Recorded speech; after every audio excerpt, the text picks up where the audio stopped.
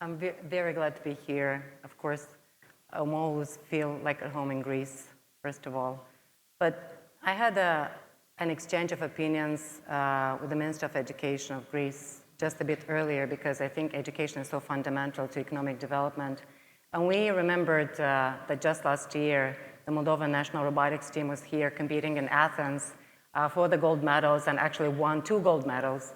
And if at all to understand where the capacities of Moldova lie, just to note that of the young people that are the future of the country, Moldova National Robotics Team is the most awarded in the world. So that's one thing to remember about Moldova. And the second one is that we have the highest ratio of vineyards per agricultural land in the world.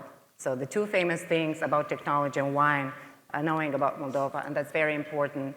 But as a small country rising at the periphery, say, of Europe,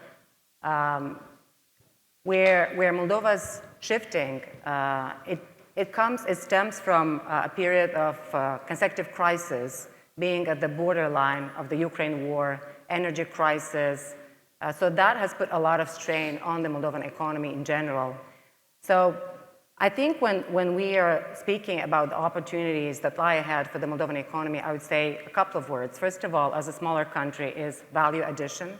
That's very important for smaller economies. Second is regional integration and integration in the EU single market. Being a small and vulnerable economy, it's very important to have that broader integration. And number 3 is to have economic convergence and sustainable economic growth. What is different with Moldova today is that we have a historic opportunity. We are an EU candidate country, and I think that changes the game for Moldova, and that brings a lot of change, positive change, and opportunity for the country that we want to pivot on. We have a historical financial package of 1.9 billion that was approved on May 9th. It was the Europe Day, the EU Day, and that would allow us to fast track in a matter of 2.5 years what other countries have done in a decade. And this financial package, of course, will fast track our investments in critical infrastructure like roads, railway, schools, education system.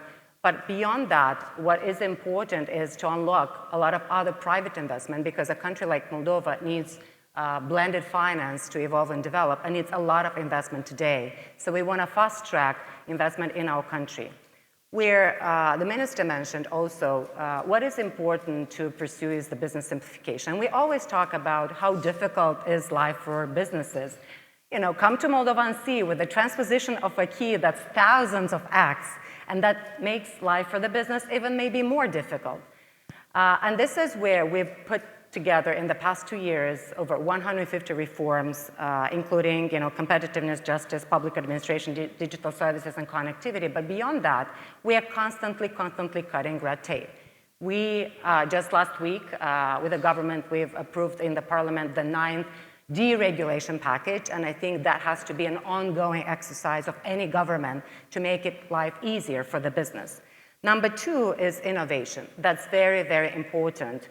Moldova wants to be a 100% digital country. 50% of our services are digitalized. We're aiming 75% by the end of this year. Everything should be very easy. But beyond that, we've just announced 2 big parks. One is an agri-tech park, and one is a deep technology park, together with the universities and the private sector, to have new venues of innovation, new engines of innovation for the country and for the region. And number 3, I would say that for Moldova it's very important to be a regional player. We share 1,200 kilometers common border with Ukraine. We are building ourselves as a corridor of transportation, logistics, for our neighbors and for the integration into the EU with our Romanian neighbors. So we will continue to do that. And on that path, we aim to double our GDP in the next decade. Of course, I agree with the minister, it needs to be very consistent and stable growth. And I hope that for our country, we will see sustainable, innovation-based, and value-added productive growth in the next decade.